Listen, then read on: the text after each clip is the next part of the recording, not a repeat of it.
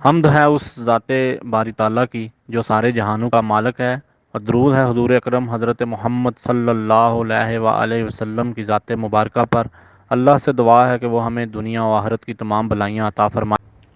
بسم اللہ الرحمن الرحیم۔ السلام علیکم۔ آج 6 اپریل ہے، جمعہ رات کا دن ہے اور 15 رمضان المبارک ہے۔ گزشتہ روز اسرائیلی فورسز کی طرف سے فلسطین میں مسجد اقصی میں نماز ادا کرتے ہوئے مسلمانوں پر وحشیانہ تشدد کیا گیا، اور جس پر تازہ ترین رپورٹ کے مطابق 400 سے زائد فلسطینیوں کو گرفتار کیا گیا، جن میں سے 100 سے زائد زخمی تھے، اور ان کو نہ کوئی علاج فراہم کیا گیا بلکہ مسجد کے صحن میں باندھ کر بڑی بے دردی سے تشدد کیا گیا۔ اس کے علاوہ وہاں پر موجود مسلمان خواتین کو بھی نشانہ بنایا گیا اور ان پر بھی تشدد کیا گیا۔ اسرائیلی یہودی فورسز کی طرف سے اس وحشیانہ عمل پر 57 اسلامی ممالک کے سربراہان میں سے کسی نے بھی کوئی مذمت نہیں کی سوائے 3-4 ملکوں کے، اور اس کے علاوہ ان تمام تر ممالک نے اپنی وفاداریاں اور اپنی تمام تر جو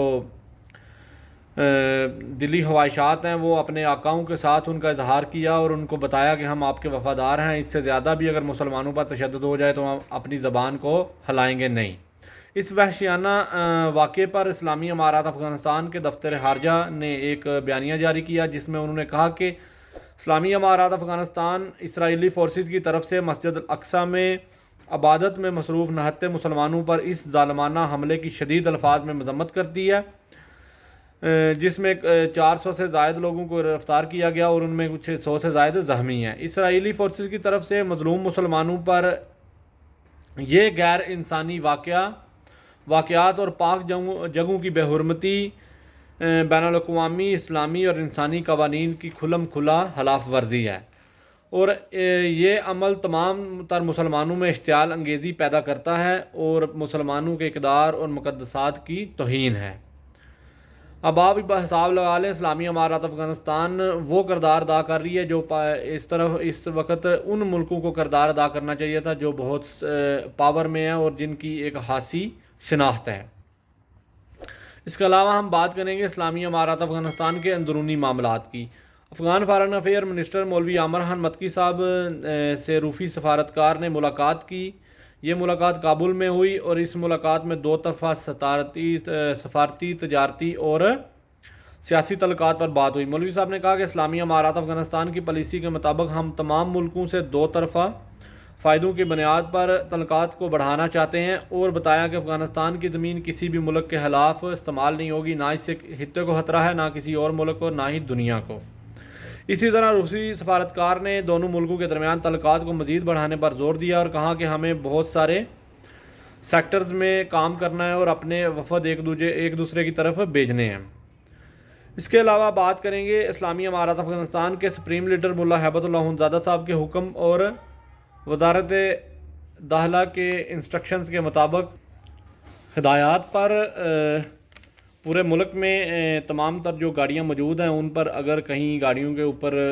کالے جو سٹیکرز لگے ہوئے ہیں جو شیشوں کے اندر ہوتے ہیں ان کو اتارنے کے لیے، اور جو اداروں سے ریلیٹڈ سٹیکرز ہیں ان کو اتارنے کے لیے کام شروع کر دیا گیا ہے، اور تمام تر گاڑیوں سے کالے سٹیکرز اور حکومتی اداروں کے سٹیکرز اتارے جا رہے ہیں، اور یہ بڑے احسن طریقے سے کام کیا جا رہا ہے۔ شہریوں کے ساتھ بڑے ایک اچھے رویے کے ساتھ پیش آیا جا رہا ہے، اور ان کو سمجھایا جا رہا ہے کہ کس مقصد کے لیے کیوں ہم یہ سب کچھ کر رہے ہیں، اور بڑے احسن طریقے سے اس کام کو کیا جا رہا ہے۔ اس کے علاوہ ہم بات کریں گے اسلامی امارات افغانستان میں اکٹھے ہونے والی آمدنی کی۔ اس سال میں اسلامی امارات افغانستان کی ملکی آمدنی اکٹھی کی گئی، جس کو تقریباً ہر ادارے میں اکٹھی ہونے والی آمدنی پچھلے سالوں سے اور پچھلی حکومتوں کے نسبت 1 سے 1.5 گنا زیادہ بڑھی ہے، اور یہ تمام تر آمدنی اتنی بڑھنے کی وجہ کیا ہے اور کیا ہو سکتی ہے؟ ایک تو وہاں پر نظام اسلام ہے اور اسلام کی برکتیں ہیں، اور دوسرا کرپشن کا خاتمہ ہے، شفافیت کا عمل ہے، قابل لوگوں کو ملازمتیں فراہم کی جا رہی ہیں، مہارت رکھنے والے لوگوں کو کام کے لیے سامنے لایا جا رہا ہے، اور وہاں کے جتنے بھی حکمران ہیں وہ ایماندار ہیں اور اسلامی نظام کے تحت اپنی ذمہ داریوں کو احسن طریقے سے حل کر رہے ہیں۔ جو بندے کرپشن کرتے ہیں، جرم کرتے ہیں، جو گپلنگ کرتے ہیں، ان کو باقاعدہ سزا دی جاتی ہے، اور نظام عدل جو ہے وہ بڑا وہاں پر بہترین طریقے سے چل رہا ہے۔ اب ہم بات کریں گے بالکل اسی طرح ہی ہمارے ملک پاکستان میں بھی آمدنی حاصل کی جاتی ہے، اکٹھی کی جاتی ہے، اور ہمارے ملک کی آمدنی بہت زیادہ ہے، لیکن ہمارے پاس جو نظام ہے وہ نظام بہت گندا ہے، کرپٹ نظام ہے۔ وہاں پر اشرافیہ، حکمران، بڑی بڑی پوسٹوں پر کام کرنے والے لوگ یہ تمام تر پیسہ اپنی جیبوں میں بھر لیتے ہیں اور اپنے اثاثوں کو بڑھاتے ہیں۔ یہ ملک پاکستان کی فکر نہیں کرتے، کیونکہ یہ لوگ آتے ہی کھانے کے لیے ہیں۔ انہوں نے جہاں پر انصاف کا کام ہوتا ہے، انصاف بھی پیسے سے بیچا جا رہا ہے، اور دوسرے ادارے بھی اپنا کام پیسے سے ہی کر رہے ہیں۔ جو حکمران ہیں وہ ان سے بھی بڑے ہیں، ایک دوسرے سے گٹھ جوڑ کر یہ ملک کا بیڑا گرک کر رہے ہیں۔ اور ہمیں اب کیا کرنا ہے؟ ہمیں اس وقت کیا ضرورت ہے؟ ہمیں بھی اسلام کے نظام کی ضرورت ہے، ہمیں بھی ایماندار لوگوں کی ضرورت ہے، ہمیں بھی ان لوگوں کی ضرورت ہے جو ایمانداری سے ملک میں اپنی ذمہ داریوں کو احسن طریقے سے حل کریں، جو ملک پاکستان کو دونوں ہاتھوں سے لوٹے نہیں، بلکہ ملک پاکستان کو آگے بڑھانے کے لیے کرپشن کا خاتمہ کریں، شفافیت کا عمل لائیں، عدل لائیں، تمام تر لوگوں کو ان کے حقوق فراہم کریں، عوام کو ان کی ضروریات ان کی ضروریات فراہم کریں اور ان کے لیے کام کریں۔ یہ سب کچھ صرف اور صرف نظام اسلام کے لیے ہوگا، نظام اسلام سے ہی ہوگا، اور ہمیں نظام اسلام کے لیے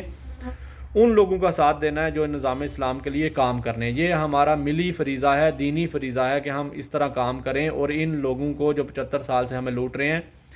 ان کی جان چھوڑیں، اور اپنے لیے، اپنے مستقبل کے لیے، اپنی اولادوں کے لیے ہم کام کریں، اور ہم نظام اسلام کے لیے اپنی جد و جہد کو مزید تیز کریں۔ بہت شکریہ، اللہ حافظ، جزاک اللہ۔